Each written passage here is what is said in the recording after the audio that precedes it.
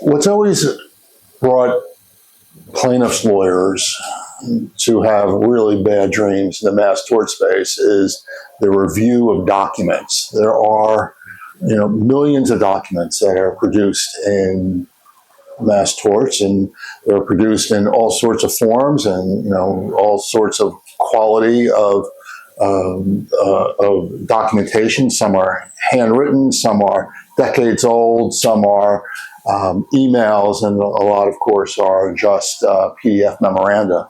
But reviewing these documents is what slows us down, and it can take literally years and hundreds and thousands, actually, of man hours to review these documents. And in the old days, we used to go to document depositories and literally roam through the papers. Now it's a little bit better that you could do everything online and access things through different portals. But AI has changed the world. I mean, honest to God, what used to take 2.5, 3 years can now be done in a day. Now, certainly things need to be reviewed by regular folks and people, and it needs to be audited, if you will, to make sure that the AI is getting it all. But the speed in which AI can identify the hottest of the hot documents and put them in chronologies and tables linked from your table to the document, it's a game changer. It is a different world for mass tort lawyers, and that's what AI brings at the very highest level. One of the challenges in a mass tort is to make sure that you have your hands around the data. In other words, who are your plaintiffs? What are their injuries? How are we going to categorize their injuries?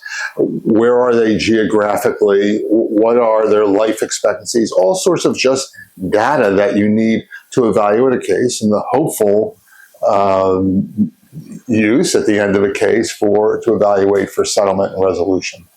And so when you have mixed bags of medical records, you need to be able to, one, make sure that they are obtained, make sure that they are reviewed, make sure they are reviewed accurately, and make sure that that data gets into a database that can be used by leadership. And so what we found is, and what we see in all mass torts, is there are different qualities of lawyering, quite frankly. Some people don't get the medical records, and some people get just partial medical records. And so we need to get at least what we have, take those records, and make sure they're analyzed correctly. Even that is a challenge. People are busy, and reviewing medical records is a skill set, and reviewing medical records takes time. So if you have a program, a company that can go and say, all right, give us what you have, and I'll review a medical record that your paralegal, a skilled, trained paralegal, will take 2.5 days to review, we can do it for you in a few minutes.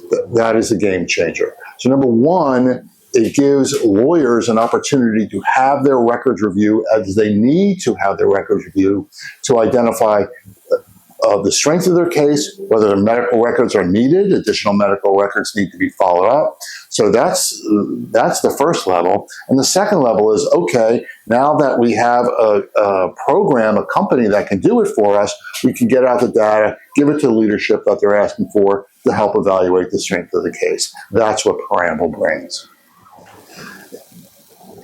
In the litigation that I'm working on with Preamble, one of the things that we implemented was something called a census project. In other words, we wanted to get an idea of who our plaintiffs were. So one of the things we needed to do was to analyze the information that we have to see the strength of our case and the viability of, hopefully settlement discussions one day. So we needed to take the data and run it through a program, and that's where Preamble came in. We worked with their medical staff and with their engineering staff to help identify an algorithm, if you will, that's my word, to help pull out the data from the medical records that we needed that makes sense. We did that with leadership. We did that, again, with the medical staff and with people who were skilled at Preamble in pulling data out. And so once we had the census project together, computer program that we needed to run the data through, then we went out to all of the plaintiffs' lawyers in the litigation and offered it up and say, look, you can either do it in-house, take a paralegal for 3 days, who may or may not get it done accurately, and then give us the data, or just give us the medical records, we'll run it for you and come up with the data that we need. So working with Paramble on the census project has been a game changer for us. Our experience is that artificial intelligence is better than a human doing it. It doesn't mean that the human doesn't need to come in and verify the data. You do. You still need to go through. And that's with all AI. I think it would be not responsible, frankly, just to take AI data and use it without having a human look after it. I think that's important.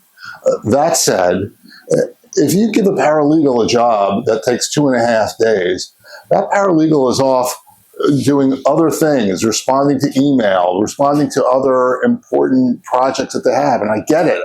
This is the problem we all have. You don't usually have somebody just dedicated to medical record and census review, which is where Paramble comes in. You're not worrying about whether the program needs to take a break or get off for sick leave or go home for any reason. You put it through the program, you get the results that you need, and we believe that the results are accurate, and if there's a problem, we can go in, figure it out. Why is there a problem? Maybe there's more medical records that need to be reviewed. Maybe there's additional information that was in pen or handwriting that wasn't picked up by AI, but it is, in my view, irresponsible not to be using AI for medical records and big document review, because it is a waste of money and a waste of time to have just people, regular humans, doing jobs that computers can do better and faster, more efficiently, and more economically.